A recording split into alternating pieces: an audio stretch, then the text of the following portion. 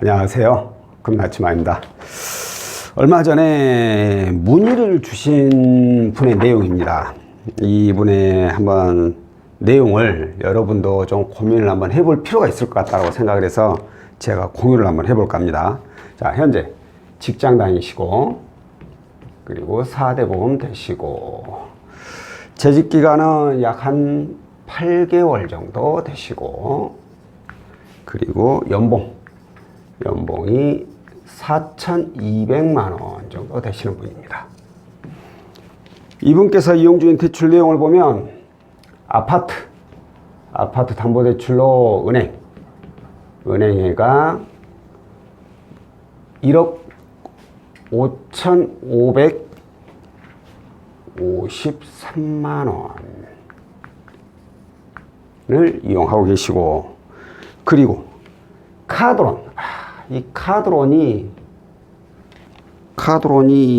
총 8건에 1,471만 원. 그리고 저축은행 491, 그리고 또 다른 저축은행에 261,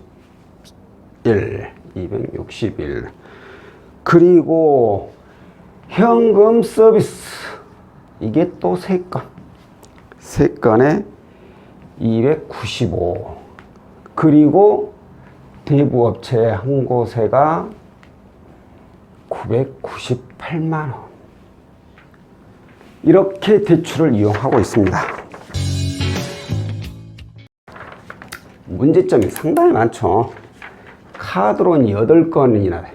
금액은 보면 얼마 되지도 않아. 내용 보면요, 뭐 현재 남아있는 잔액이 적게는 몇십만 원, 아니 몇만 원부터 해가지고 몇십만 원, 몇백만 원, 아주 가지로 이용하셨습니다. 제가 이렇게 카드론 이용하지 말라고 그랬죠.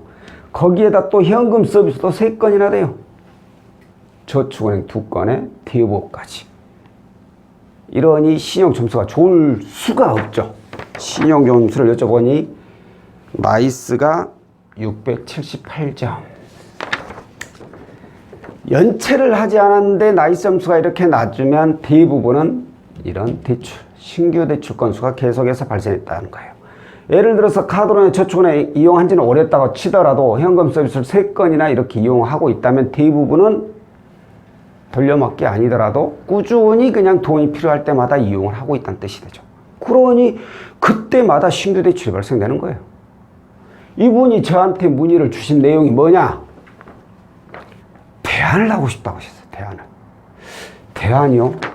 그러면 일단 담보대출은 제외하고 얘네들만 봐볼까요? 얘네들만 보면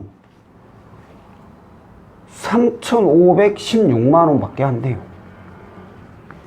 연봉보다 훨씬 적고. 그런데 이 내용만, 이 부채 비율만 가지면 가능할 수 있겠지만 문제는 이런 이유로 신용점수가 너무 낮아요.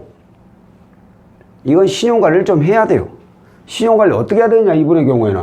당연히 여기에서 이제부터는 더 이상 대출 안 받아야 돼. 현금 서비스조차도 이제 안 받아야 돼. 이거 갚으면 안 써야 돼. 그리고 나서 제 생각에는 이 정도 점수 한 3개월 정도만 지난다면은 충분히 가능성 있는 내용이지 않을까 라고 했는데, 이분이 대안을 하고 싶다는 것은 이 신용대출도 맞기는 하지만 이보다 더 큰 문제가 있습니다. 바로 이 아파트로 해가지고 후순위 대부업체를 이용을 하신 거예요. 대부 금액이 무려 2억 3천만 원. 현재 이용하고 있는 은행, 이 대출금보다 더 많아요. 더 많아. 아니, 거기 아파트 시세가 얼마나 이렇게 이용을 하셨어요? 여쭤봤더니만 시세가 7억이래. 7억. 시세가 7억. 그러면 가지고 있는 대출 은행 거 1억 5천 이거 2억 3천 하면은 3억 8천. 이거 하면 4억 2천. 정말 냉정하게 봤을 때, 제가 봤을 땐 냉정하게 봤을 때, 이거 처분하시는 게 맞을 것 같아요. 그렇지 않으면 이 상태대로는 이 아파트 추가로나 대안 대출이 어려워요. 그러면 선순위 대안을 해야 돼요. 얘네들 다 한꺼번에. 일이 이제 좀 복잡해지긴 하죠. 하지만 이렇게 할 수 있으면 하면 좋은데 문제는 또 있어요. 이 선순위 대안은 이 후순위 대부권 이런 거 대안 안 해줘요. 그래서 브릿지론을 쓰던가 해가지고 이걸 먼저 상한을 치고 다시 대출을 받아야 된다는 거예요. 근데 거기에 또 다른 문제. 바로 이제 DSR이 적용이 되겠죠. DSR이 문제가 될 수 있어요. 제 생각에, 좀 냉정하게 보고, 정말 냉정하게, 이번 사정 하나도 고려 안 하고 그냥 오로지 제 기준으로 냉정하게 봤을 때 저는 이걸 처분을 해버리는 것이 저는 맞다고 봐요. 왜? 자, 이거 해가지고 아까 제가 얼마 했죠? 4억 좀 넘는다 했죠? 처분을 하게 되면 이분이 얼마나 남을까요? 그래도 한 2억 이상은 남겠죠? 그러면 중요한 건 이거예요. 빚이 이제 하나도 없어져. 하나도 없어.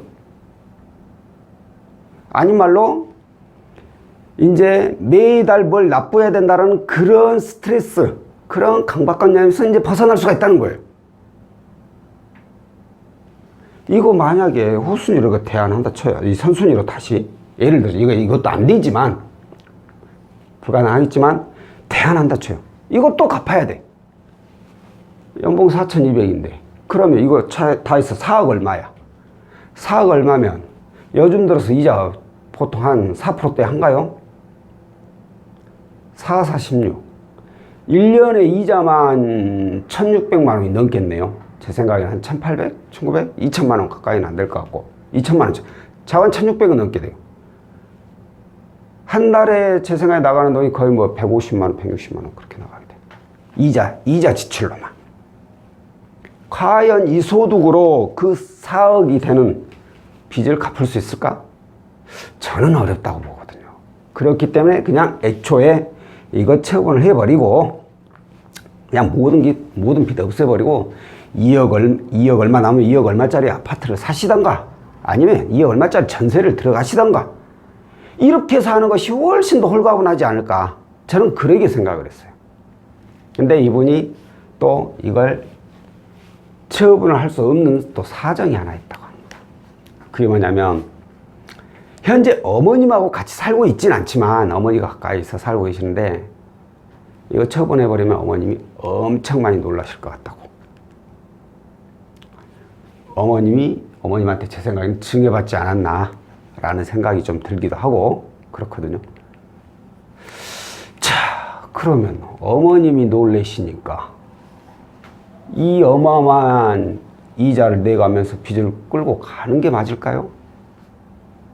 만약에 이렇게 처분했다고 어머님한테 얘기했는데 어머님 뭐 쓰러지시거나 아주 정말 큰 충격을 받는다면 그건 모르겠어요.